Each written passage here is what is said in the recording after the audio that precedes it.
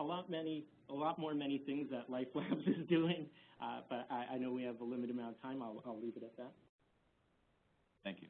Well, it's great to be able to introduce two really innovative thinkers who are in the right place and doing really influential work in a row.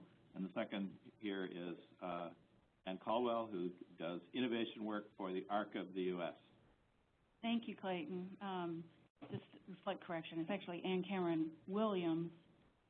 But, you know, I change my name every 5 years or so that's okay. I'm with the ARC of the United States. I'd like to thank the people here and also those on the phone who are hanging in there and listening to this exciting dialogue.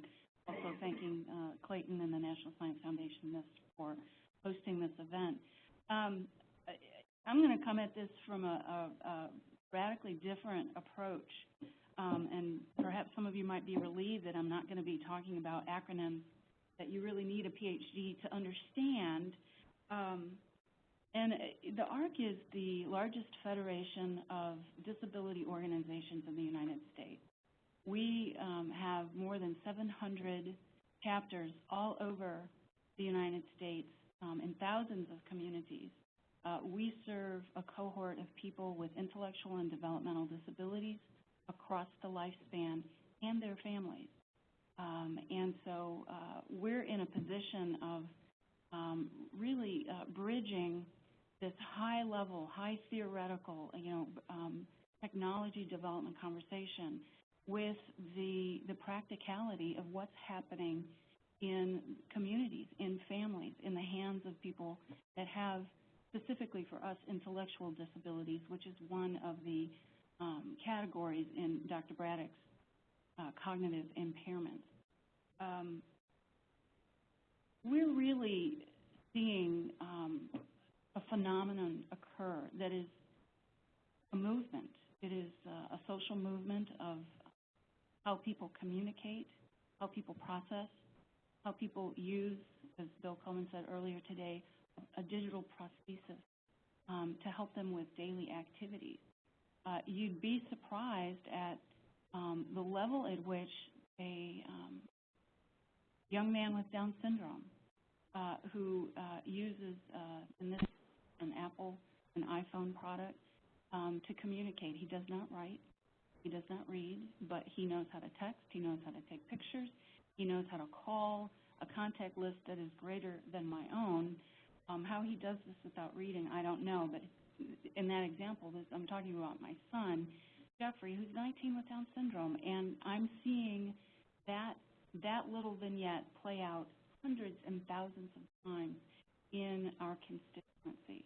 But what we don't know is we don't know what is the process of adoption and utilization of this cloud-based technology in the hands of not only the individual with the disability, but in the hands of the family members that are supporting that individual. In our case, we know that the ARC supports people. The numbers are different. I think Fujairah just came out with a lower number of people who are actually living in the family setting.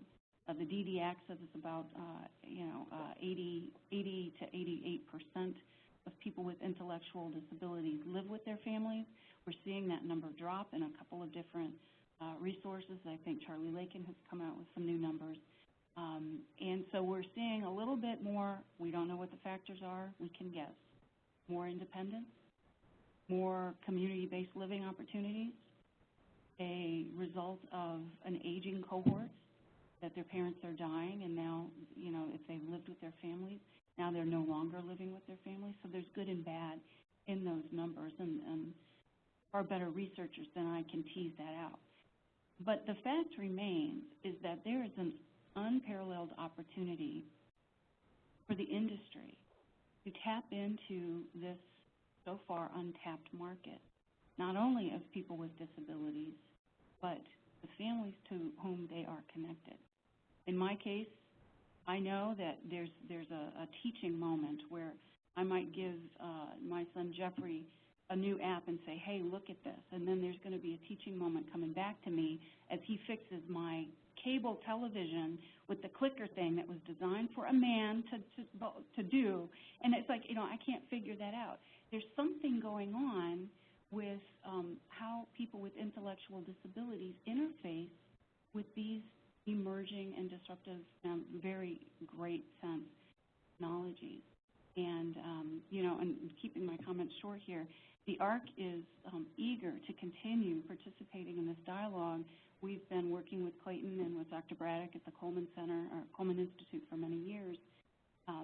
I think my question is, how do we ensure that the technologies that are being, the 3,000, how many did you have?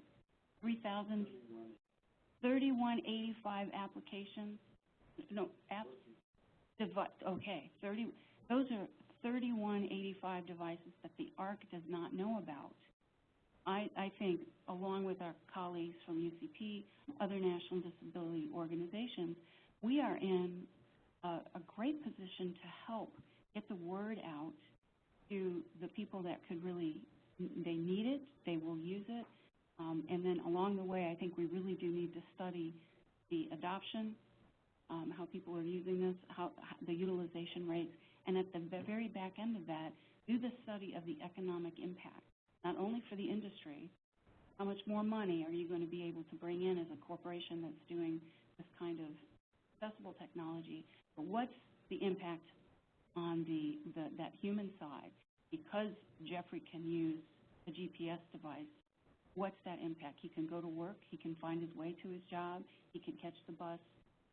Those kinds of things are far out on the margins of this discussion, but I think from the nonprofit sector, that's also where we need to be thinking. And thank you for your time.